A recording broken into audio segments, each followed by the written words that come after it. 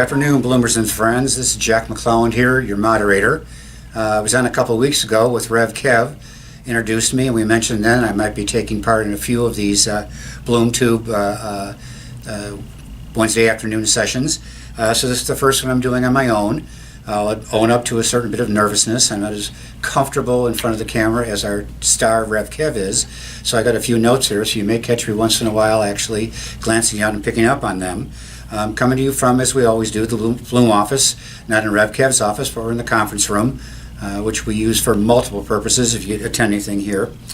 Holy Week has always been a very busy week for Bloom, and it's great to be able to give Rev Kev a little break this week, so he has time to kind of catch his breath after a very busy week.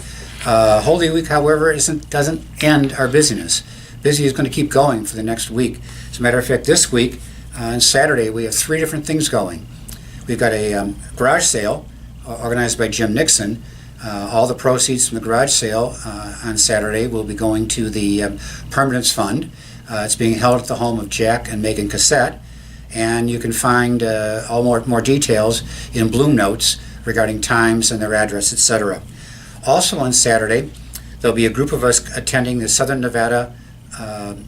California, Nevada Conference of the United Church of Christ. There's a mouthful. Eastern Association meeting. It'll be my first one. There's about 4 or 5 of us who will be attending. Bloom has always had a good attendance at these. We seem to surprise some of the other congregations.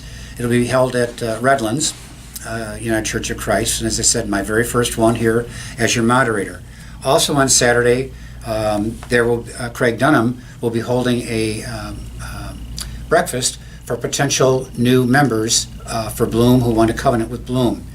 And then Sunday, if any do choose to covenant, we'll be having installation of new members. If I could take a second here, just a little thought about from my own personal perspective of 3 years ago, why did I even join Bloom? Some of it's a personal thing. I'm one of those people, if you're in for an inch, you go in for a mile. And after coming to Bloom the first time, bluntly put, the reason I joined is you. It's the people who belong to Bloom before me. I felt such a home here, a kindred spirit among the people. Having grown up in the United Church of Christ, I was immediately familiar with and comfortable with the liturgy. Also very comfortable with the wide variety of backgrounds of folks we have here at Bloom. I was a little kid back in 1956 or 57 when the Congregational Church joined with the Evangelical and Reformed to become the United Church of Christ. And it struck me as a young child at that time the importance of the ecumenicism, if I'm pronouncing that correctly, of finding out what brings us together as opposed to what separates us. And that seemed to have affected me quite a bit as a young man, and it's affected me my whole life. So the UCC, and particularly Bloom, has certainly fit that mold for me.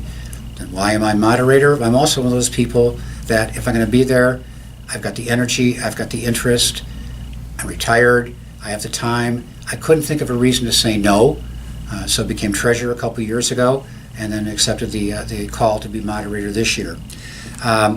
So that's why I chose to become involved. Each of us have our own reasons for joining. They're all personal, and I'd love to hear from all of you why it's important to you. As we tend to want to grow Bloom, we're looking for more ways to appeal to more people to meet our goals for membership by 2022. Finally, I invite all Sunday people to worship at Sunday morning at DeMuth Park. We're looking forward once again to having Rabbi David Lazar, who will be doing the commentary.